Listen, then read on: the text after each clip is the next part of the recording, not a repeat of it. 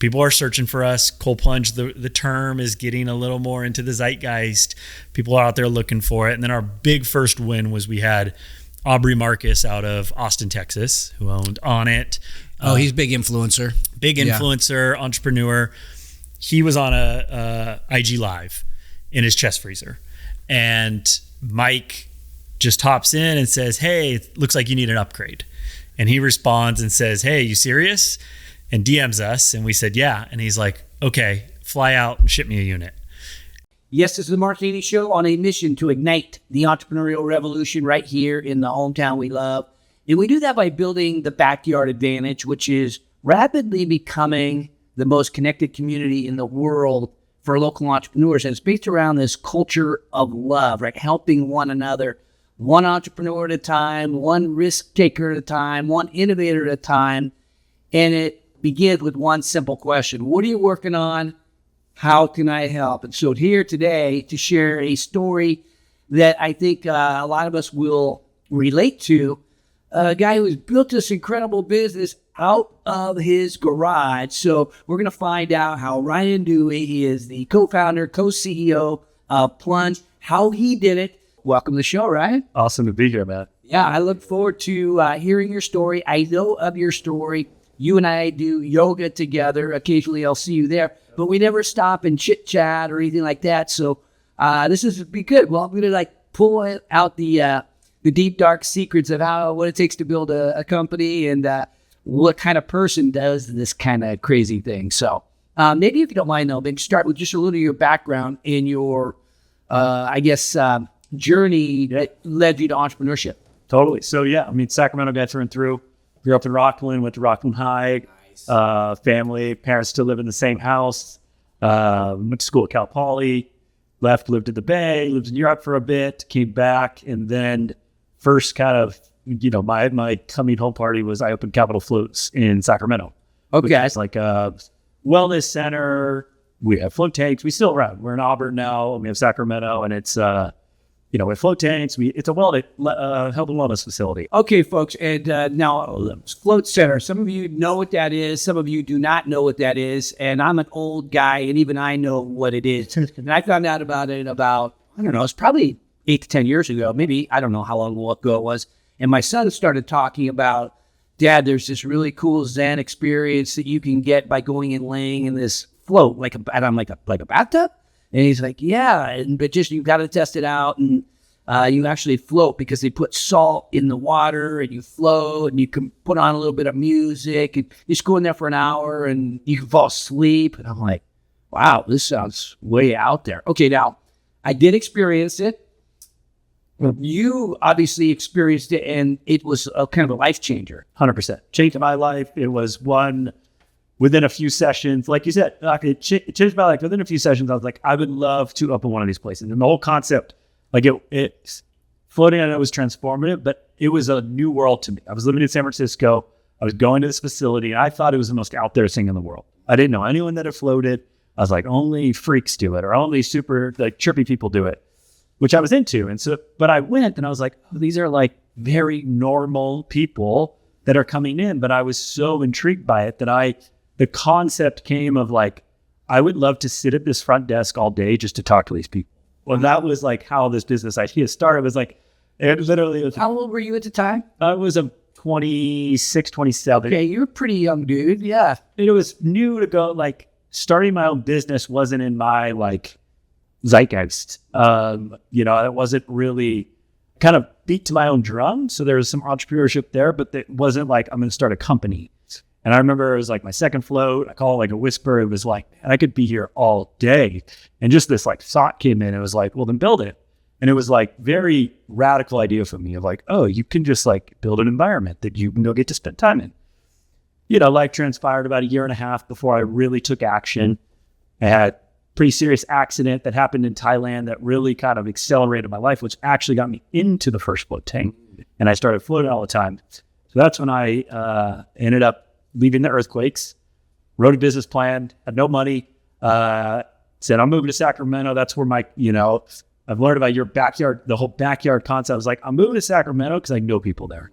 And small business has can have a limited amount of success. I need to stack the deck at everything I got to make sure I'm successful. So I came back, did a family and friends round, ran this thing at the most bootstrapped, like every dollar. I mean, I lived in this place trying to get it open from like a general, ran the project myself, actually did it with Brandon Brodsky. Oh, yeah. Brandon was my first investor. Okay, that's right. He toured me through it one time several years ago, and I wasn't 100% sure that was your place. So we, Oak Park, we opened the Viva Health Park, and then Capital Floats. And so I'd come back and pitch Brandon on this, and he, wrote me kind of an angel check and came in, but then he was like, you know what, I'm going to open Viva Health Park. And it all just swirled together that we have this building that we're able to put both businesses right next to each other. And so, yeah, it was this kind of like looking back, it's like, oh, genius, put a float center next to a smoothie bar in Oak Park. And at the time, it all just kind of came together very synchronistically. And, in hindsight, we made some good decisions, but it was that like year of getting that business open was as stressful as anything I've ever been through. Just into, broke beyond belief, like, just running, raised way too little, like did not raise enough money and just did what I had to do and got it open. But we did get it open. And then it's been, that was my first step into like, okay. And you still have that business? That's business. Still run. It'll be 10 years this next February. Wow. And then we opened a second location in Auburn with Haley Kleinhans. And so anyways, it's been, that was the first step in the whole game. That's great. So now these are like retail locations where you go in, like almost like going into like a health spa of some kind. And then you go into a room. It is private. Right? Yep. It's a private room. And is there a shower in there? Yeah, you build in shower. You got your private float tank. The float tank itself, like you explained it, but it's this big chamber that you enter into, and it's about a foot of water, and the water temperature is about 93.5 degrees. So it's your surface skin temperature, 1,000 pounds of Epsom salt. So you don't really know where the body ends and the water begins, and you just float. And it's truly like you're back in the womb or you're outer space. And it's an ultimate, like really nervous system regulator meditation on steroids. What temperature do you guys put it? Is it like body temperature? 93.5. 93.5. Which is surface skin temperature. Oh, gotcha. Okay. And I remember it feeling like I was getting into, if you can picture like a baby grand piano, one of these big pianos that is, it's maybe the size of a child's swimming pool or something like that. But you can close the lid on them too, right? Yeah, so those are the pods. Okay. There's a pod structure, and then we have the rooms. They're all very similar. Okay. Our rooms are more, you can stand up in them. Oh. So it's a little less intimidating. Okay. You can control lights and music on the inside. So it's a little more, it can be intimidating. It is an intimidating concept, but it's a good kind of, you can ease your way into it. And what's it cost to go do a session, or is there like a monthly? Yeah, we most of our users become a member, and that's where it goes. Like our intro rate's around $89. Okay. And then you can get a membership for like in $59. Okay. Somewhere in there. So if you're stressed out, that's we didn't even come on to talk about that, but here I go totally. sidetracking. We're talking about his entrepreneurial journey, which gets to maybe keep us walking through the journey, and I'll just keep interrupting. Yeah, I mean, the Capital Floats thing was because that was like my stamp into Sacramento. That was my connection to this community. It was a very, and it's been a big pillar in the community in Sacramento, and now we've grown. But the story transpires because my co-founder with Plunge, Michael Garrett, he opened Reboot Float and Cryo in San Francisco. Okay. And he had this story. He opened about 9 months before I opened the Sacramento one. And I remember reading online, he had the same story as me. He was like, life changed in Thailand, down to the jungle of the Amazon, to I'm opening a float center. And this was back in 2015. It's like no one had done this. And he's my age. I'm like, that's my story. Like, who is this dude? So I drove down the first day, like first 2 weeks they opened. Right when they're opening, I walk in, he's working the front desk, and I was like, hey, we're going to be friends. And we became friends. And, he supported me. He supported me getting open. We weren't business partners, but we were like buds, and we had a ton in common. And then we developed a very strong friendship. And then fast forward, COVID hits. And so he had just synchronistically been moving up to Sacramento. He had decided, I'm going to move up to Sac. He still had his spas. He had 3 in the Bay Area. He's like, I'm moving my wife and I up to Sacramento. And so he moves up April of 2020. So it's already in motion. Obviously, COVID's just starting. Starting. our spas are shut down. It's kind of this, nobody chaos. can go in with everybody's paranoid about exactly getting infected. It was a chaotic moment. So we're shut down, and Mike starts. I'm in kind of a chaotic moment. I'm trying to get our Sac location back open, which we did fairly quick. We're opening the Auburn one. That opened June of 2020, so wild timing. He's in the Bay Area, so he's dealing with way stricter situation. And he's shut down. Like, they ended up shutting him down for about a year plus. That's a totally separate story. But he is, he starts developing this cold plunge in the garage. And he's like, man, I got time. Like, I remember he called, we were talking right in the peak of, March 20th. We're hanging out. He was moved up here 2 weeks later. And he's just like, man, I'm gonna make this a good opportunity. That's all he said. He had no clue of like what was gonna happen. But we were really into cold plunging on a personal level. I would go to Asha Urban Baths in Sacramento. He had a chest freezer at his house. So we were very into this like fringe modality that was cold plunging. And can I ask you a question on that? Because when COVID hit for me, two things. One is that's when we started the Growth Factory, is when COVID hit. We had this downtime because we have a co-working space here. Nobody's coming in. And I used to do a lot of events and stuff. And it's like, well, now what are we going to do? And the idea with the Growth Factory came up. But one of the things I found also with COVID, maybe it was the paranoia about health, all of a sudden I started thinking about, that's when I started doing yoga. And that's when I started thinking about health and listening to podcasts and all that. So I guess you sound like you were already in that zone before I was, and I did CrossFit, but I wasn't really like, trying to maximize health and fitness as much until after that. It was kind of like a trigger happened. Did it trigger anything for health for you, or were you already like super in this health and wellness mentality? Yeah, I was super into it. Okay. Like, this was my lifestyle. I mean, the float center was like an embodiment of what I was into. It was just, cold plunging was, again, kind of, Wim Hof existed. He was kind of the only known person doing this.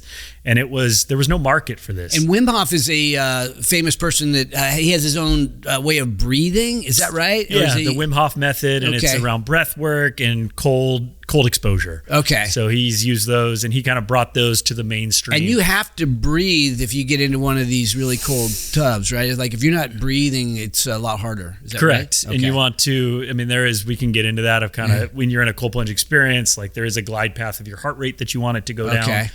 Okay, let's put that over here in the parking lot. We'll get to that because I want to get into that stuff too.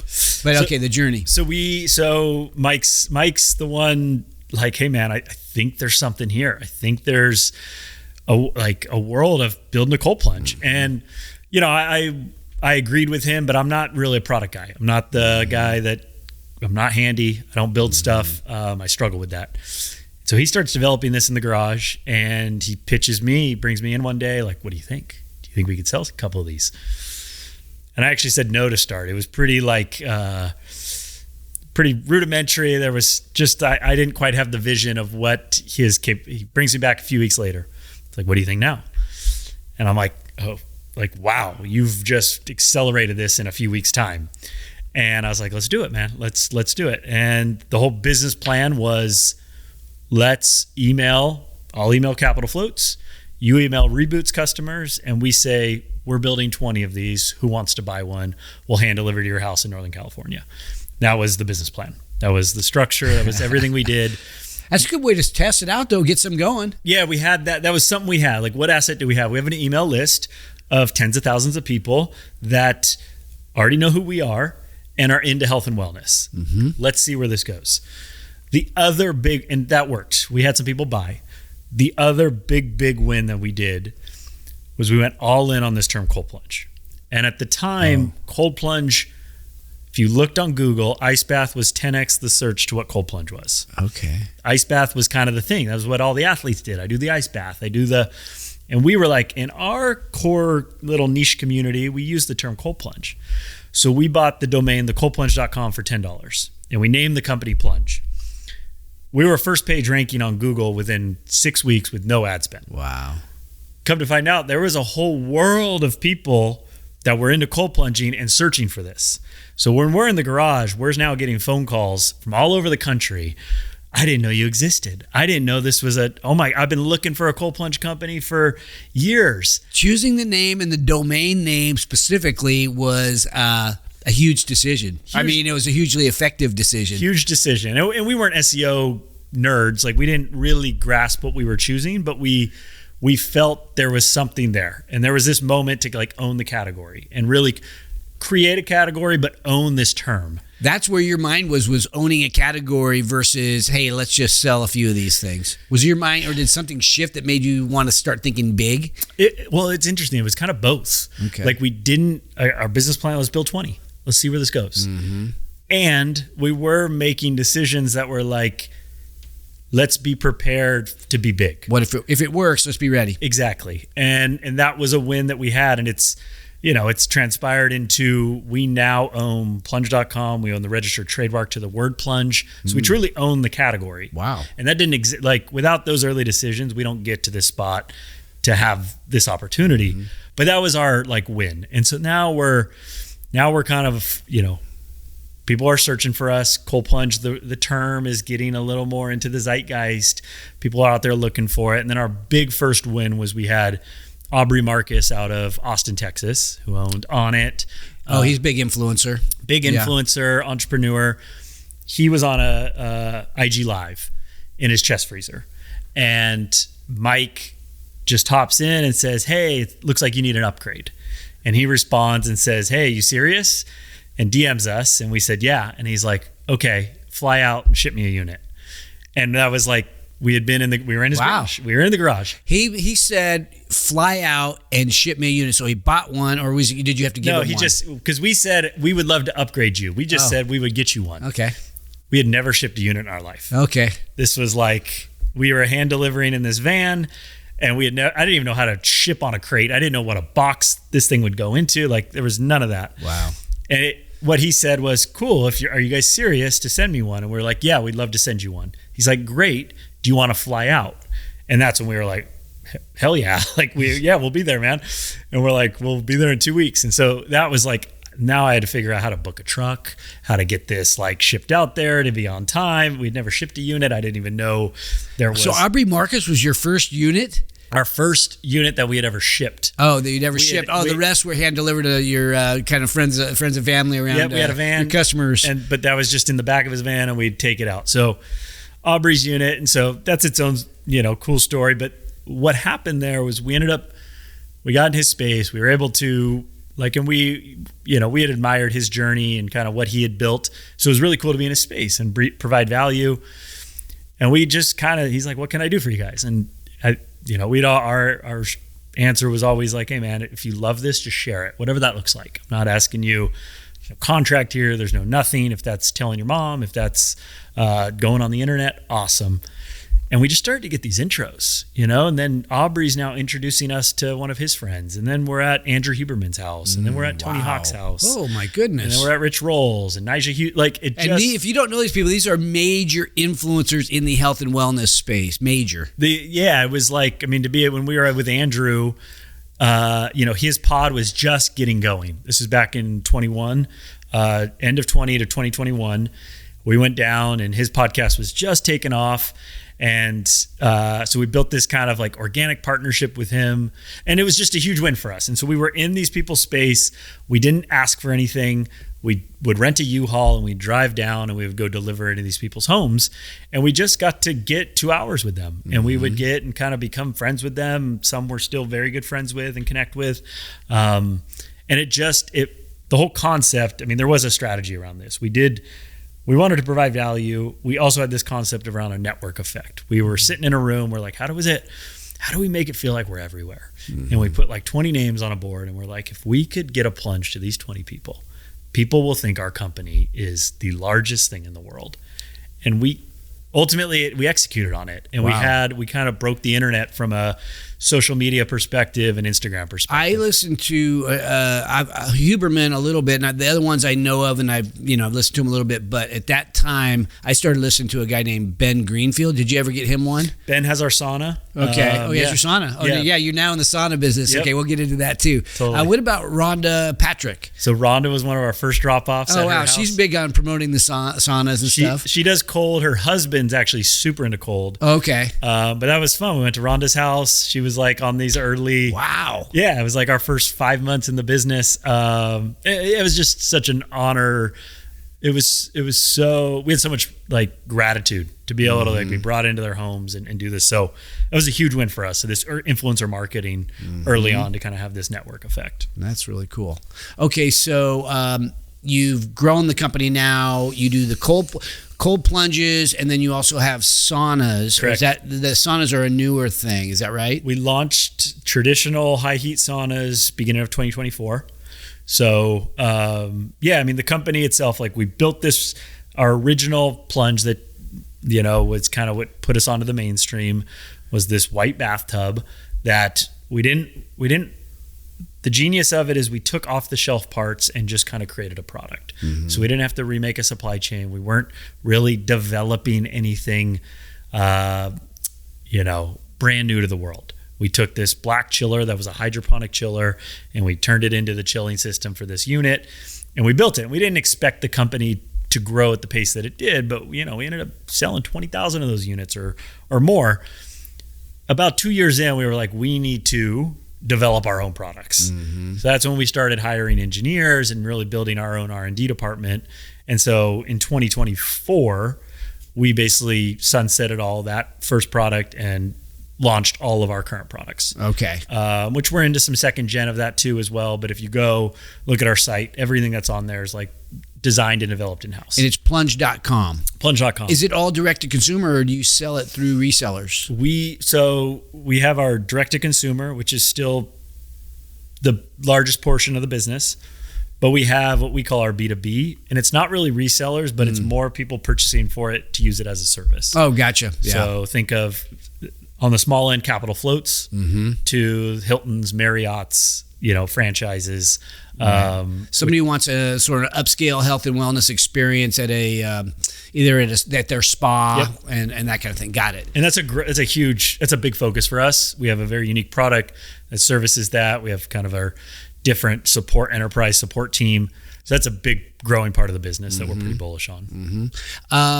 So you threw out a number of 20,000 units. How do you measure your growth and that kind of thing? What kinds of things do you talk about when you do that? You talk units, you talk revenue, employee count. We talk, all of it, and I think we also separated into distinct areas of the business. So we have, like, if you break down our business, we have our D2C, our direct to consumer side, and we have our B2B side. Different sales cycle on the B2B side. It's more of like pipeline management, longer sales cycles, conferences, just historical legacy sales. Direct to consumer is totally different marketing, totally different, Meta, Google, YouTube, influencers. So we separate those two. And then within that, there's different verticals of our sauna side, what we call our hot side. We have our cold side. So we look individually of what's growing, where maybe areas that are getting more competitive, like the direct to consumer side on the cold has specifically gotten much more competitive. Okay. And that's like, we were the early first only game in town. We were growing this market. There was a lot of pent up demand, and we grew. Now, there's 100 cold plunge companies out there, which is exciting because this is now an emerging space, and this is a modality that's not going away. And it's also, we gotta keep our game up, and we gotta see what else is out there, see what else is being created. But health and wellness in general is just this exciting kind of growing category. Oh yeah, you can tell it's still in growth mode. I can tell from talking to my friends that more and more people are, I guess, catching the bug, if you will, in a good way. So what's the size of the company then? What's your guys' head count? Is that a good way to measure? I think we used to measure it more. I mean, we're probably 100 because we also have production. We do like full manufacturing of our saunas. So if you came to our sauna facility, you're seeing raw materials come in, and we are actually developing this. On the cold side, a lot of the manufacturing is done abroad, mostly in Asia, but we do all final assembly here, QC, logistics. So we have about 150,000 square feet of facility where we're doing production. So we have a lot of, our warehousing team, production team. Is that in Lincoln? We have our sauna facility in Lincoln. Okay. Off Aviation out there. And then we have our corporate headquarters and cold and logistics, cold production and logistics team in Roseville, right next to the FBI building. Oh, okay. Off Washington. So we're about 120 employees. Okay. Which is a mix of like our corporate team and our, production warehouse team. So yeah, we look at that. We look at revenue. We look at units. Our SKU mix of what we're selling. We have like our flagship product is called the All In. It's this, it's our most premium product, and that's kind of what we're known for in the industry. We sell that really, really well. By volume and revenue, it's our number one selling product, and it's our most expensive, which is great. All In, is it bigger? No, it's we call it All In because it's like a fully integrated unit. So the chilling system, a lot of units have the chiller sitting on the outside and they're a little clunky. This is like a fully integrated unit that's fully sustained as one.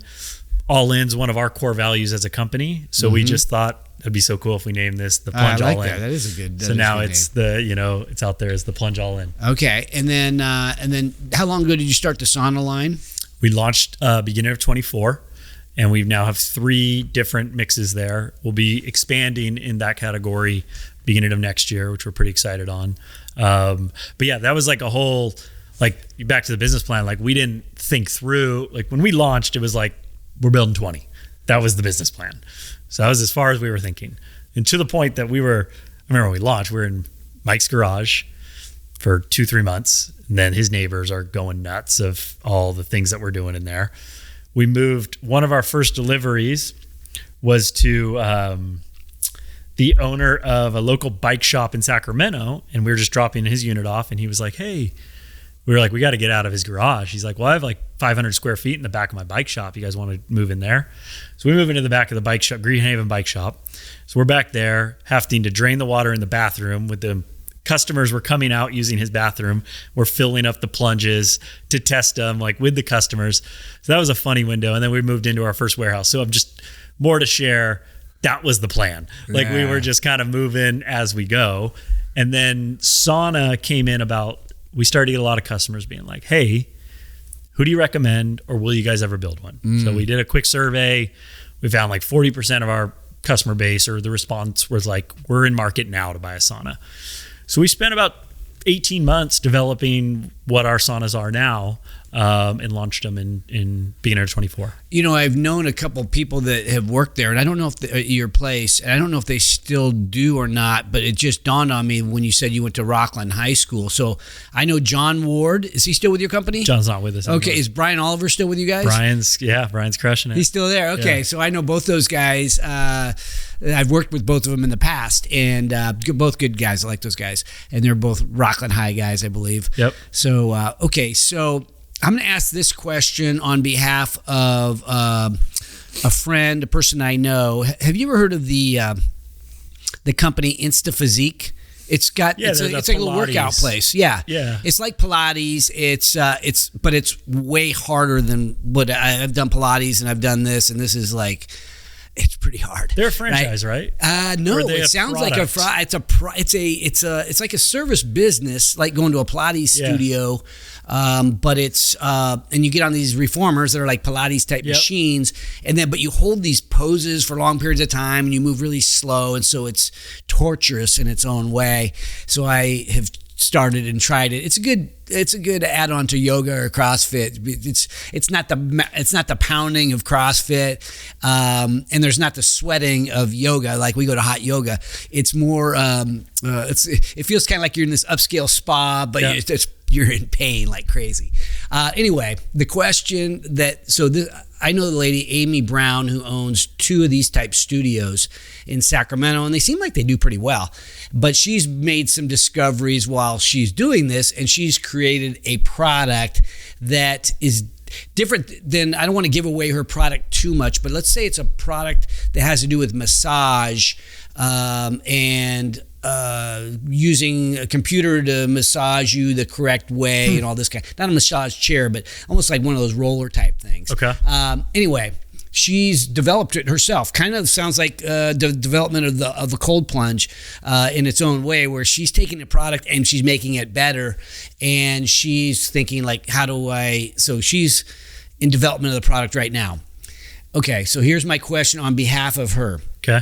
So, or on behalf of anybody who's thinking like this, what's the biggest challenge? Like, what's the hardest part? What's the scariest part? Was there, like, any regrets? What would you do different? Yeah,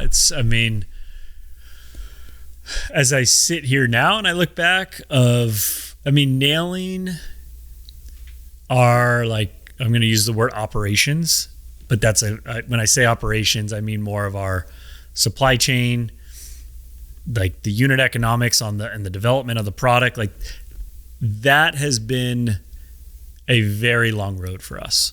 Like I said, we were in the garage, we were just build them, ship them. And we kind of built this company. We scaled insanely quickly, and didn't have background there. So it's like Mike and I are not, we came from brick and mortar service businesses to now we're in hardware manufacturing, global supply chain, direct to consumer, which none of that was the same. And so, I look back at, like, it took us a long time. We have a great SVP of ops now, but it took us a long time to make that hire and get the right person that understood where we were going and what to do there. And you need a little bit more success before you can just go hire 100%. All these people. So you got that kind of thing is like, well, I've only sold 20 units. I can't go hire somebody that needs to get paid a full-time salary. And that's a great point. Like, we hired a lot of people early on that were for the right stage of where we were at. And then some people grow with that. Some, kind of hit their ceiling, or it's just not the company they want to go into next. So there's always an evolution of staff. And we have some people that have carried on with us. We've had the new guard that have come in that have, maybe more experience from some larger corporations coming in, professionalizing the business with us. So I think that's like its own challenge to go through gracefully, as you have some employees that, it's natural, and others it's not. And those are hard combos. I think, it's taken me a long time to understand, truly with our business, there's an income statement, there's a balance sheet, and there's a cash conversion cycle that are very different. We can take the snapshot of our core business, but we have some product that we're tying cash up 6-7 months on a SKU mix for that, which is, for me, like, and now we're getting into scale, and I'm learning this very rapidly, like, getting the right people, making those right hires that, can come in and really educate me and make sure we're up to date and making the right business decisions. Like, we made an FP&A hire. It's a financial planning and analysis hire last year. I look back on that. We should have hired that in 21, like within a year of the business. Yeah, let me. I want to break this down because I've dealt with this kind of stuff in my own different companies I've invested into and that I have owned myself. So you go out and buy a product, and then you have to sit on that for some period of time, or maybe even, the components that it takes to put it together and assemble it. It's like the sale doesn't happen. It's not like a just-in-time inventory. Typically, it takes a while to do that. And a lot of times you got to go pay for that up front, or maybe you got to pay for that, and let's say you got to pay for it in 30 days. And then it takes, like you said, 6 months in order to, get rid of it or sell it to the final user. That is a difficult scenario to deal with. So you do have to typically be very profitable and or have financing in place, right? So correct. And it's, and as we've grown, like, we've built the business differently. We built it with lead time to start, and that worked for us. There weren't many competitors, so we could do a 10-week lead time, kind of play bank with our own product. Did you have people prepay for the product? Yeah. So that can kind of, like, all these prepays are sitting in your bank account. Yeah. That worked early on. And then it's, as we're growing, we go to different financing options or different debt structures. And but it's also the supply chain changes. When we designed and developed our own product, it's all custom tooling, it's all custom parts. These are all things that had never existed that we have to go make and build, and you have to go find that right manufacturer. Well, some are, bigger players than maybe we are capable of, so we got to up the minimum order quantity. Gotcha. And so it's a complicated machine, at least it has been for me and our my Mike and I, and we've made some good hires there that can lead that process. But I think I didn't understand that at all entering this business. And it's been a fast learn into, you want to get into manufacturing, like better figure that part out, and I wish there are times that I'm like, man, I wish we learned quicker into some decisions. Well, you think about it, it's been pretty fast. So, I mean, it takes a while to get yourself, I guess, enough reps to get the learning in. And, Elon Musk talks about this, like manufacturing is the hardest thing in the world because, biggest creator of and that's his thing. To build stuff, it is so hard. And I totally relate to it, and we're doing it on a much smaller scale. But it's not like in the digital world, you can have a cycle, you can get feedback loop immediately. Where manufacturing, you ship a whole cohort of products, you need to test it. It's over 3, 6, 9 months. You start to get feedback. Then you want to go back to the manufacturer to update the part. Like it could take 2 years till that update happens. And so that has been, you're kind of, the mind doesn't really grasp that, where it's like, we need to make this change. It's like, well, that change, you got a long road to go down there and then get it into production. So I think for me, that has been a steep learning curve. What about on the employee side? We talked about a couple of people that I know. I probably know other people that have worked there as well. Because when you go from just a couple of employees, maybe a small service business where you're working the counter a lot and that kind of thing, to now you've got 120 employees, there's systems in terms of human systems that need to get put into place. Yep, totally. It's early on, we really wanted to build a culture into what we were doing. So it's a big area that I focus on. And so we early on, I think one thing that we have going for us and have had going for us is we're an interesting product. There are people that are attracted to a transformative product that people want to give their time working on that project. We obviously had some really early success. So there's people want to join successful things. So that was a win. And I think that early on, we were able to kind of build our culture through our kind of this product, attract people. Maybe that. Well, I have to imagine. So I've grown a few companies over the years, and had a few 300 employees, I think, at one point at the most, and which is, it's not the easiest thing to do in California because it's kind of it's a tough labor area in terms of a lot of rules and stuff to follow with the more employees that you have. But thinking about that, I just sit here and go, how do you keep them? And one of the ways that I think was effective for us in order to keep them was the growth, because people, as you grow, it creates more opportunity within the organization. Somebody who might start off as at an entry-level type position might end up, if they do a good job, they might end up becoming a supervisor, a manager, or even something beyond that. So you can really have your employees, their lives change in a real positive way. They develop, and that's rewarding to people to have that kind of like career advancement. So they stick around so they can get some of that career advancement. Totally. And we've, our I guess, success from a rev standpoint has not been fully linear. Like we've had ups and downs and we've gone, but I think from we've attracted a lot of people. We are ambitious in what we work on.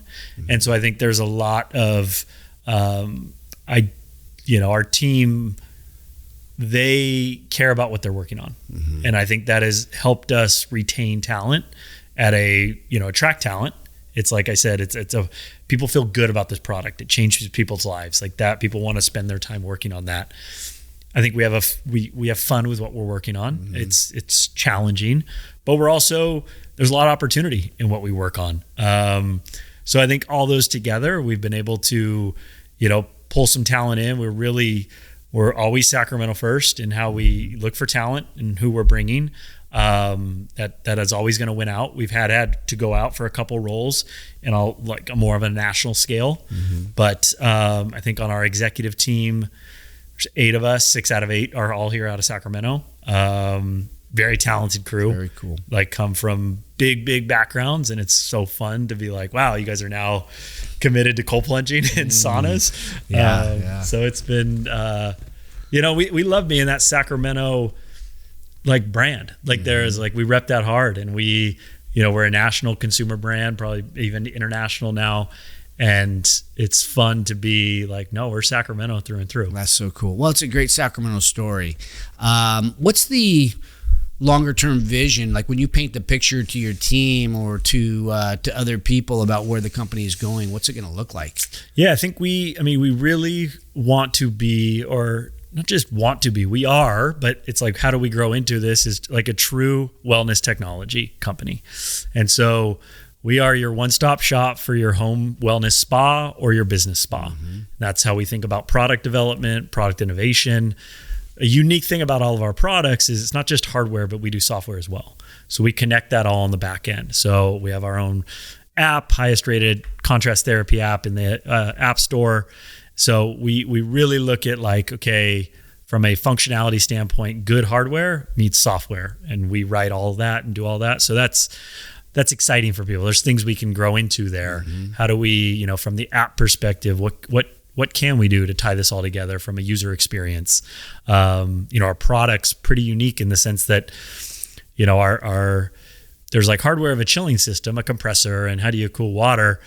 But our unit has the ability, has all these smart sensors, and a unit in San Diego is very different than Phoenix. It's going to, a unit in San Diego is only in 70-degree temperature. That's pretty nice out. It probably doesn't need to work that hard.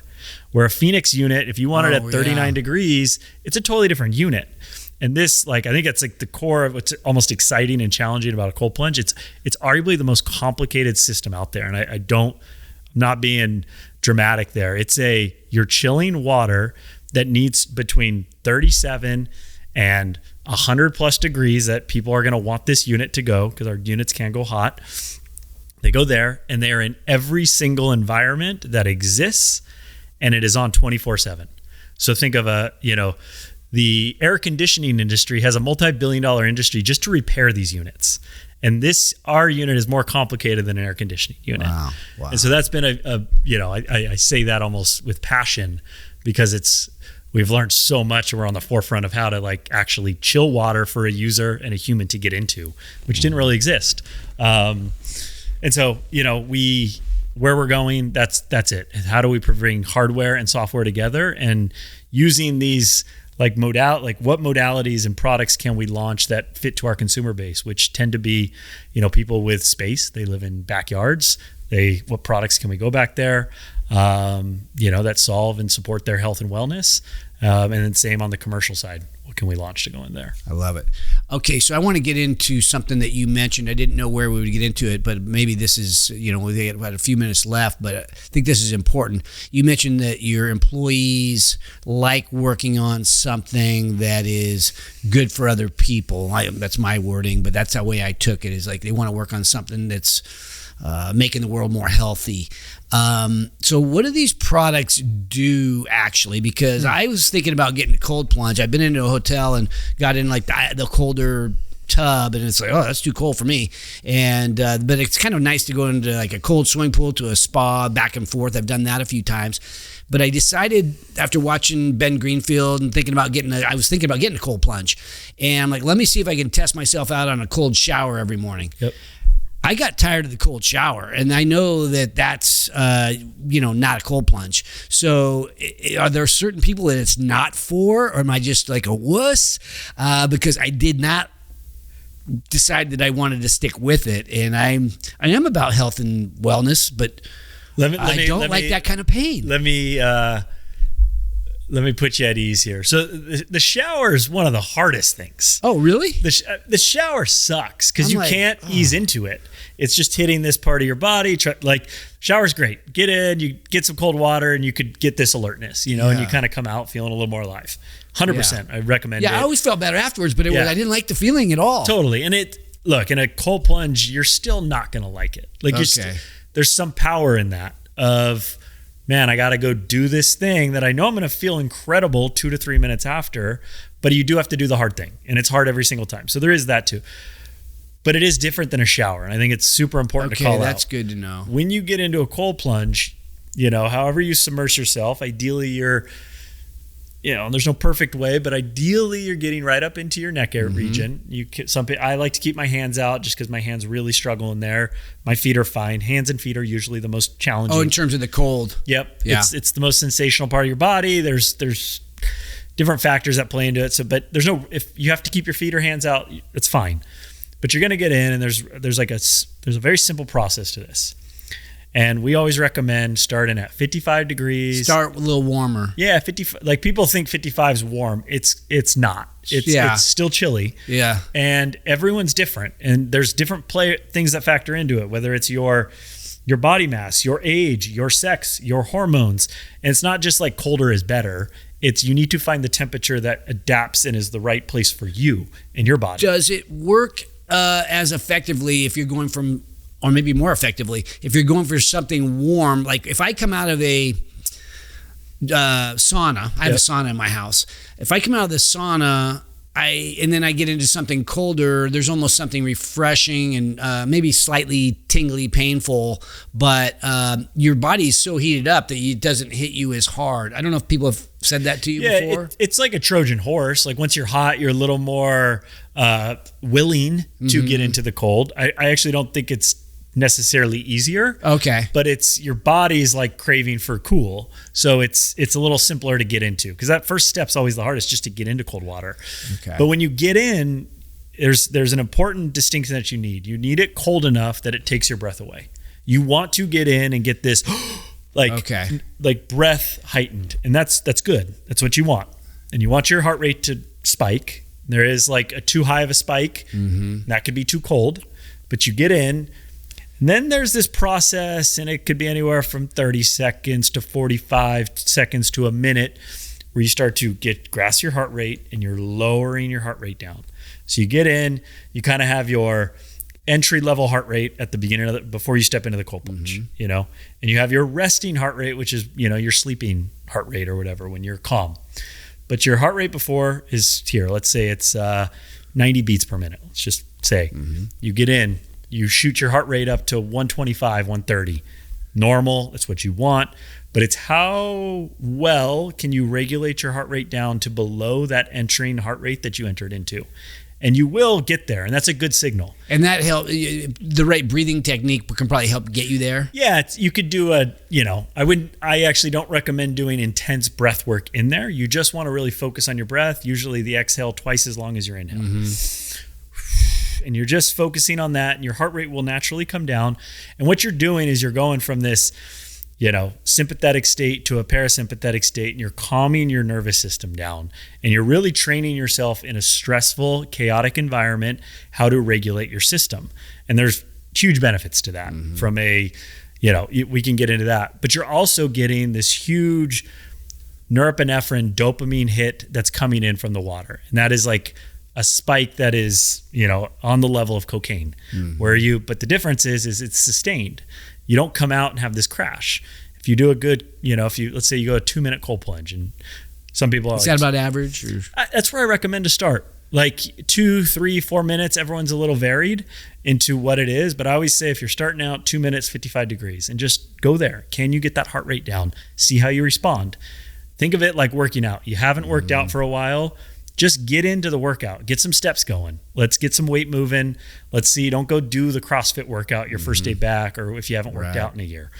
So that's kind of the 2 minute, 55 degree session that I recommend. So you feel better, like, I don't know cocaine, but you feel better. You feel alive, I suppose. Totally. And then how long does that, I guess, euphoric type state, does that, you said it lasts, how long typically will hours. It last? Okay. I mean, there's obviously the peak after where you come out and try not to smile. Yeah. Try not to laugh. Like you're feeling. You're happy you did it. Yeah. You're feeling, obviously you did something hard, but you're also like, you get this neural cocktail that is special. And there's really very few things in this world where you can go from that to that in like 2 minutes. But so you come out the peak, But then the rest of the day is like, it's sustained. You have this alertness, you have this focus that is consistent, and that'll kind of drop down throughout the day. Is it better to do it in the morning? Because or do most people do it in the morning? I prefer it in the morning. Okay. After a workout, or like just get out, roll out of bed and get in? Now we're getting into the deep part of it's very per people, and there's opinions out there. I tend to do it before my workouts, but I don't shy away from it after my workout. There's a lot of discussion around, does it impact your muscle gains after, because it stunts inflammation. That's like what you're doing. It's an anti-inflammatory. And, when you work out, you want that inflammation. There is nuance to this. There is nuance. Are you doing a 6-minute, 39-degree workout and gains are very important to you? Then yeah, you might want to not do a 6-minute, 39-minute workout after. If you're going for 2 minutes for 50 degrees after your workout, it's going to have a very little impact. And that's what the data shows. So it just matters. Like, I also am of the opinion, why I also do it after a lot of my workouts, is I want to feel good the next day. I want to go work out again the next day. I like to work out pretty much every day. So it might decrease soreness? Totally. Which can have an impact on the muscle growth. So it's you deciding, do I want to feel a little better tomorrow and go hard again tomorrow? Maybe I can go extra hard. Maybe I don't have to tone it down tomorrow. Again, there's nuance to it. It matters to kind of what you're wanting to do, who you are as a person. So it's not a one size fits all. Again, it's like working out. Working out matters in different ways to different people. There's different ways to do it. So it's exciting because cold plunging is like, we're learning about it. We're learning the ways that it can impact people. We're about to launch a partnership with Medical University of South Carolina. They do a lot of research for SpaceX and NASA and really cool stuff. Well, now they want to start studying sauna and cold plunging in collaboration with us. And there's some really exciting hypotheses that they have of what is going on the cold, especially on like mental health side, and like neurodegenerative diseases and the impact that it's having there. And so that's, I bring that up to say it's like an area that we're still uncovering what these modalities are doing on us. Yeah, very, very interesting. Okay, let's talk about sauna for a minute. I have it's interesting because I have a jacuzzi in my backyard, or front yard, backyard, whatever you want to look at it, depending on my house. It's a different house. But that's where you get in and you sit in there. But then Jacuzzi has a brand that makes saunas too, like one of their off brands or one of their subsidiaries. And because I knew the word Jacuzzi, I ended up buying that when I bought it. I built when I built my house, I sort of built it around that. And it's an infrared sauna. I mean, and it doesn't get as hot. I usually go in for like an hour or so and try to fall asleep until I just like wake up because I'm starting to sweat like crazy. Yeah. But so it's turned into a habit I like. It's not, for me, not as painful as what a cold plunge would be. It's almost kind of relaxing. So tell me about is my experience, can it be better? Can it be different? Should it be different? Is your product different? So we right now have traditional saunas, and what I mean by that's more. They get hot. They get up to 230. Okay, so it's a different. Mine doesn't get that hot. Infrareds, it's a different heating mechanism. Infrareds, a panel structure that's more directional.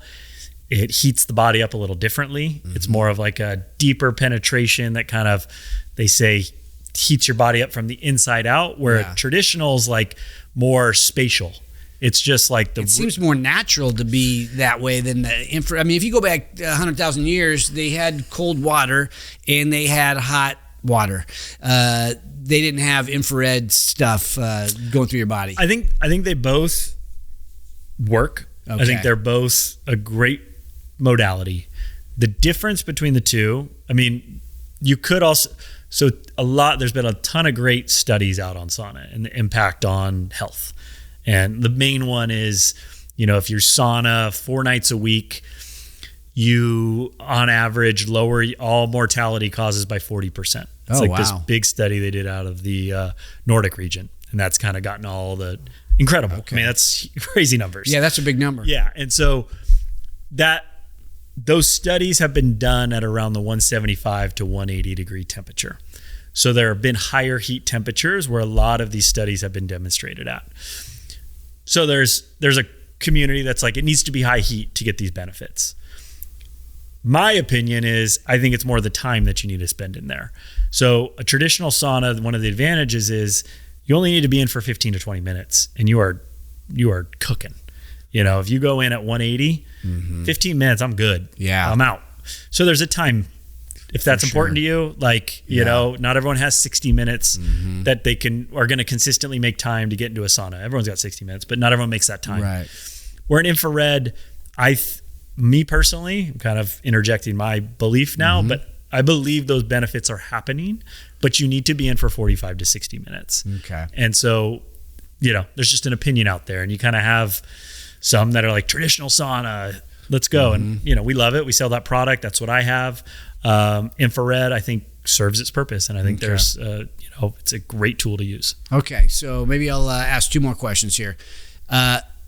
One of the influencers that I've found myself gravitating to is this guy named Peter Attia. Yeah. Have you heard of that guy? I know of Peter, yep. Yeah. He really says that when it comes to all-cause mortality, he's probably brought up the sauna stuff. I don't listen as regularly as I probably should, but he talks about like exercise, a hard physical exercise being one of the most healthy things you can do, along with, strength training and cardiovascular and all that. But it's basically exercise your way to longevity is way more important than what you eat and, some of these other things that maybe are a part of how healthy we are. He really blames longevity on hard exercise.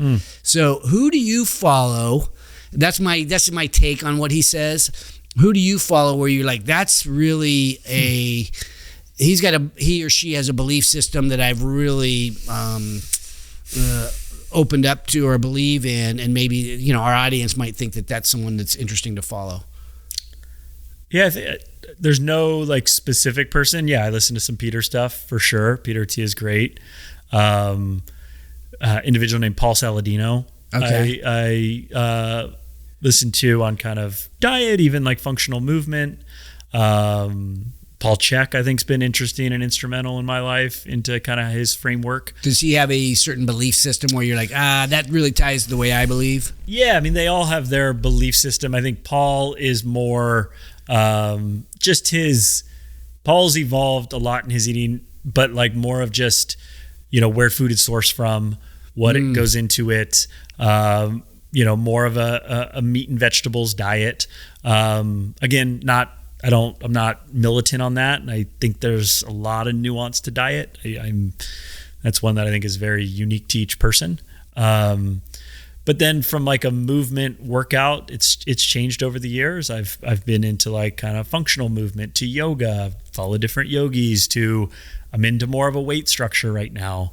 So that was a long-winded answer of like you can't pick one kid because you have so many influencers in your world that it's like picking one is probably pretty tough. I just think it's so unique to the person, and I think there's like it's challenging because there's not like a single answer, but there is a bit of self-discovery that has to go into it. And I think we change too, like who I was now to who I am 10 years ago, and what I need to focus on. So I tend to just take a much more nuanced take to it and kind of take what I can, incorporate, see what works. Okay. Take my feedback. All right, so I'll give you one last question. Before I do that, I want to give a plug to East Wind Yoga, which is a place we both go. You may go to other studios too. Love East Wind. When COVID hit, I started doing yoga at East Wind. I've never gone anywhere else, and I'm loyal to them because of the people. But the former owner, Scott, he tried not to close down during that 2020 paranoia that we all had, or the forced shutdowns. He found a way to sort of stay open most of the time. And so I've always had this loyalty to him because where CrossFit was closed, I respected him keeping everybody healthy because I felt like the hard workout or the yoga workout, which is hard, is that's healthy for people. It's like what keeps you sane in a chaotic time in your life, like COVID was. So I always have that deep appreciation. Of course, now that Andrea and Heather have bought out the business, I love those guys too. So I'm definitely want to give a shout out to East Wind. But what did I not ask you? Like, what did any message out there that, maybe I jumped around on this conversation a little bit, but is there anything else that we need our audience to maybe hear? Man, I think we covered a lot. I think it's, I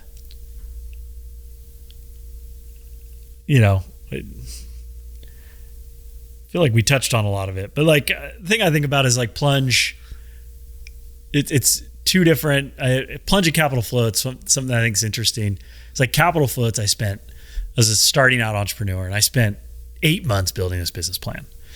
Had to be the perfect business plan. I was so insecure to go present my business plan, and I every forecast had to be perfect and tie back to this perfectly, and it was just perfection. It had to be perfection before I'd even done anything.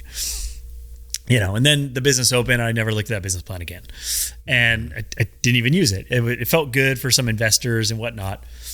Plunge is now, we've massive in the sense of what that scale was to Cap Floats, and there was absolutely no business plan, and it was, and it was our second round, and we had a little more experienced entrepreneurs, but it was like way more focused on what's step A, what's B, what's like, we just took each step at a time. And I just look at that contrast between the businesses. Cap Floats was my rite of passage to write that business plan, but I was so focused on stuff that was just not important and didn't dictate what I needed to go actually do in the moment. And, Plunge was the exact opposite. And we were able to, and I think if we'd done that business plan, we're not what we are. There was like a unique window in time where we had probably 6 to 9 months to go be the category creator and leader before someone else was going to do it. Yeah. And so, that was so go get it. Really, if you had an idea, start moving, and don't spend a year and a half on a business plan. You know what you need to do. Yeah. And you know what you need to do, and you'll learn what the next step is after that. But action and urgency are gonna, trump perfection and over planning all day. I love it. Ryan Duey, the co-founder, co-CEO of Plunge. Thank you for making, this is why I really started the show. I wanted to share the real world stories of winning instead of, maybe what you might read in a textbook. Let's hear from the real world people who are taking the risk and making it happen. So congratulations, and thank you very much for sharing your story. Appreciate it. Thanks for having me on, Mark. This is great. Thanks for watching today's show. My goal for every episode is that you find a takeaway, something tangible you can use in your business today. And if you have a comment about a favorite takeaway, feel free to put it in the box below. And if you have a topic that you'd like me to bring up on the show, don't forget to let me know. And also, don't forget to subscribe to our YouTube channel if you want to learn more about entrepreneurship. Because at Haney Biz, we are always by your side.